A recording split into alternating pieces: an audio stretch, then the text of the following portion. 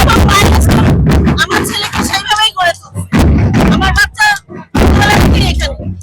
কৃতিত্ব আসলে কার বলে মনে করছেন? কিন্তু অল টিচার্স, বাবা মা তো আছেই, ম্যাক্সিমাম প্রতিটা টিচার ওর পিছনে লেগেছিল যাতে ও যেহেতু ভালো, ওকে ভালো করানো যায়। মানে একদম ভাইস প্রিন্সিপাল, কোঅর্ডিনেটর থেকে শুরু করে প্রতিটা সাবজেক্ট টিচার ওকে নিয়ে অনেক আশাবাদী ছিল এবং সেইভাবে তারা ওকে গড়ে তুলছে। গণহারে A+ পেলে তো আসলে ওই রেজাল্টের কোনো মর্ম নাই এবং ভর্তিতেও অনেক টাফ। অ্যাকচুয়ালি যারা ব্রিলিয়ান্ট তারা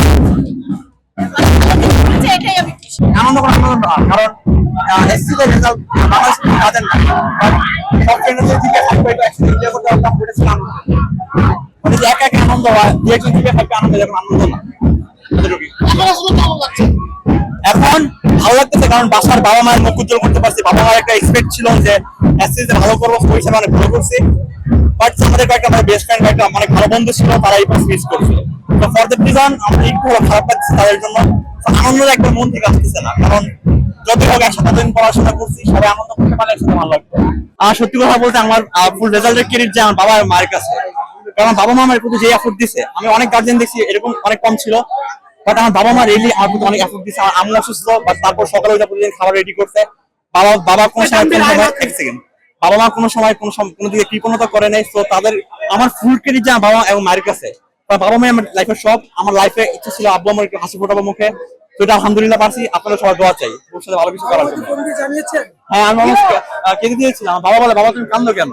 আর বাবা আমাকে লাস্টে বলছিল, অদিন ভাই জাস্ট পাস করে আসো, ভালো রেজাল্ট লাগবে না। এই সাফল্য শুধু আমি শিক্ষকদের দেব না, এটা অভিভাবকদেরও আছে, শিক্ষা আমাদের যত শিক্ষক যারা আছে তাদের সবারই আছে, স্টুডেন্টদের আছে, এমনকি আমাদের যারা সাপোর্ট স্টাফ আছে তারাও কিন্তু অক্লান্ত সাপোর্ট দিয়ে আজকে এই রেজাল্ট কিন্তু একদিনের ফলাফল না। কিন্তু আমরা এখানে শুধু তাদেরকে 6 ঘন্টা 8 ঘন্টা পড়ছি তা কিন্তু না, তাদের ফিডব্যাক আমরা রাতে কিন্তু নিয়েছি, রাত 8টা 10টা 11টা কিন্তু তাদের ফিডব্যাক নিয়েছি। যখন দরকার পড়েছে, কলেজ বন্ধ হয়ে গেছে, আমরা ওদেরকে কিন্তু কলেজে এনে এক্সট্রা ক্লাস করিও আমরা নিয়েছি। এবং প্রত্যেক দিন আমাদের টিচাররা পরীক্ষার হলে বাইরে দাঁড়ায় থাকতো, ওদেরকে ভেতরে ঢুকিয়ে 3 ঘন্টা ধরে দাঁড়ায় থাকতো।